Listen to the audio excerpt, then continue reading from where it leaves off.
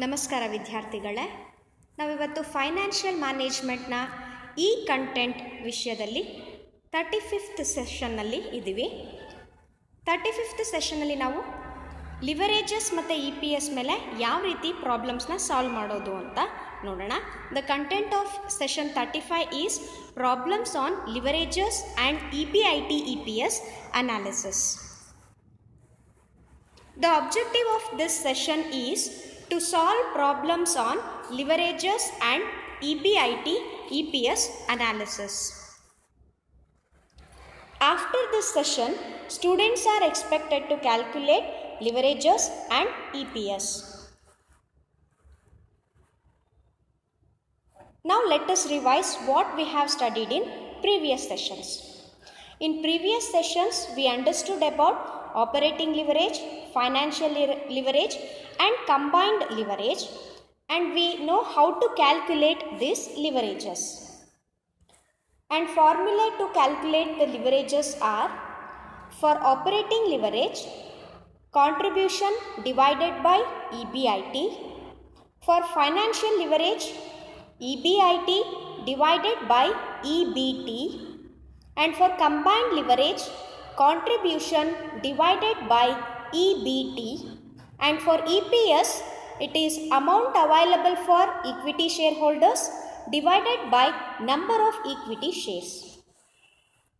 Now I hope you are familiar with the statement which we are discussing from starting of this session. ಈ ಸೆಷನ್ಸ್ನ ಪ್ರಾರಂಭದಿಂದಲೇ ಅಂದರೆ ಈ ಚಾಪ್ಟರ್ನ ಪ್ರಾರಂಭದಿಂದಲೂ ನಾವು ಈ ಸ್ಟೇಟ್ಮೆಂಟ್ನ discuss ಮಾಡ್ತಾ ಇದ್ದೀವಿ. So in order to calculate EBIT or EBT, we use this format. Now let us take up simple illustration. Calculate leverage and EPS from the following.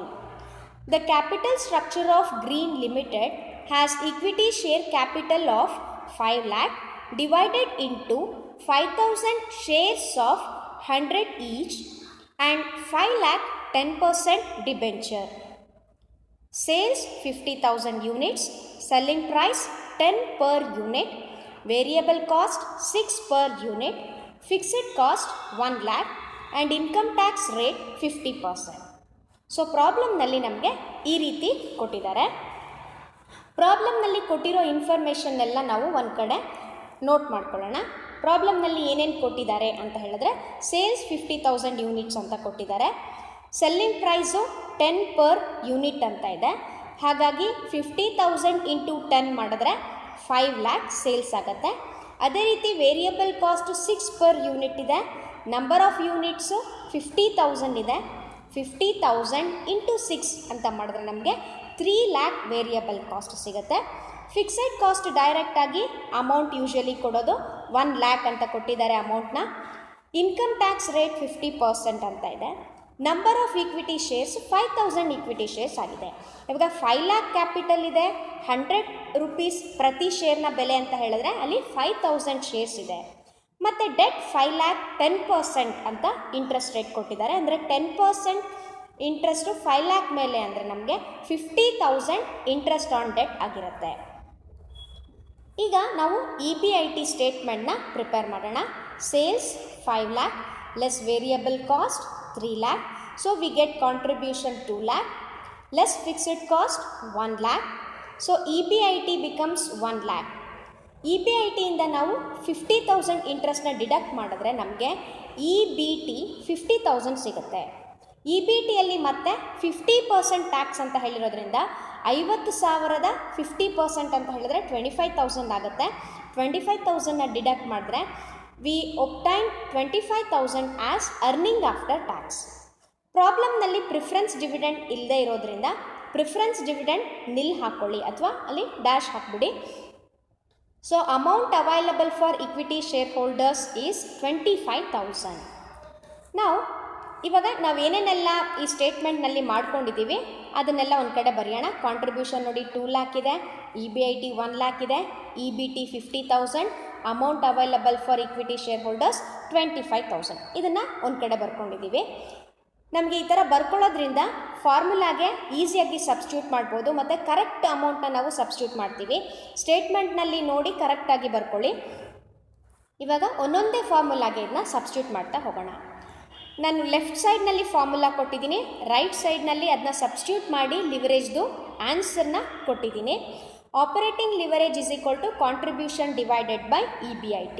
So 2 lakh divided by 1 lakh ಅಂತ ಮಾಡಿದ್ರೆ ನಮಗೆ operating leverage 2 times ಅಂತ answer ಸಿಕ್ತು. Next financial leverage ಅಂತ ಹೇಳಿದಾಗ EBIT divided by EBT.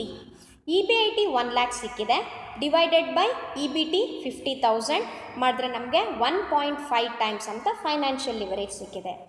Combined leverage ಅಂತ ಹೇಳಿದಾಗ ಒಂದು ನೀವು ಆಪರೇಟಿಂಗ್ ಲಿವರೇಜ್ ಮತ್ತು ಫೈನಾನ್ಷಿಯಲ್ ಲಿವರೇಜ್ ಆನ್ಸರ್ಸ್ ಏನು ಬಂದಿದೆ ಅದನ್ನ ಮಲ್ಟಿಪ್ಲೈ ಮಾಡಿಬಿಟ್ಟು ಹಾಕ್ಬೋದು, ಅಥವಾ ಕಂಬೈನ್ಡ್ ಲಿವರೇಜ್ಗೆ ಫಾರ್ಮುಲಾನು ಯೂಸ್ ಮಾಡ್ಬೋದು.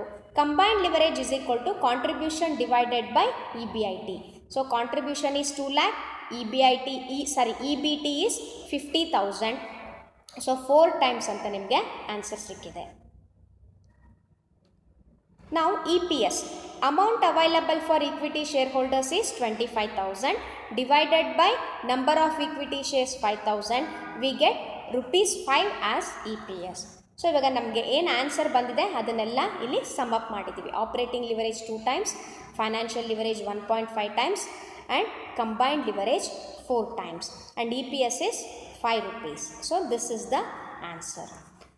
Now here we calculated all the leverages simultaneously along with EPS. ಇಷ್ಟು ಸೆಷನ್ನಲ್ಲಿ ನಾವು ಒಂದೊಂದೇ ಲಿವರೇಜ್ ತೊಗೊಂಡು ಆ ಒಂದೊಂದೇ ಲಿವರೇಜ್ನ ಹೇಗೆ ಮಾಡೋದು ಅಂತ ನೋಡಿದ್ವಿ. ಇವಾಗ ನಾವು ಒಂದು ಪ್ರಾಬ್ಲಮ್ ಕೊಟ್ಟಾಗ ಅದಕ್ಕೆ ಎಲ್ಲ ಲಿವರೇಜಸ್ಸು ಮತ್ತು EPSನ ಯಾವ ರೀತಿ ಮಾಡ್ಬೋದು ಅಂತ ನೋಡಿದ್ವಿ. ಸ್ಟಡಿ ಮೆಟೀರಿಯಲ್ನಲ್ಲಿ ಇನ್ನೂ ಸ್ವಲ್ಪ ಕಷ್ಟವಾದ ಪ್ರಾಬ್ಲಮ್ಸು ಮತ್ತು ಬೇರೆ ಬೇರೆ ರೀತಿ ಇರೋಂತಹ ಪ್ರಾಬ್ಲಮ್ಸನ್ನು ಕೊಟ್ಟಿದ್ದೀನಿ, ಅದನ್ನೆಲ್ಲ ಪ್ರಾಕ್ಟೀಸ್ ಮಾಡಿ. Hope you understood this session and enjoyed the session. Thank you.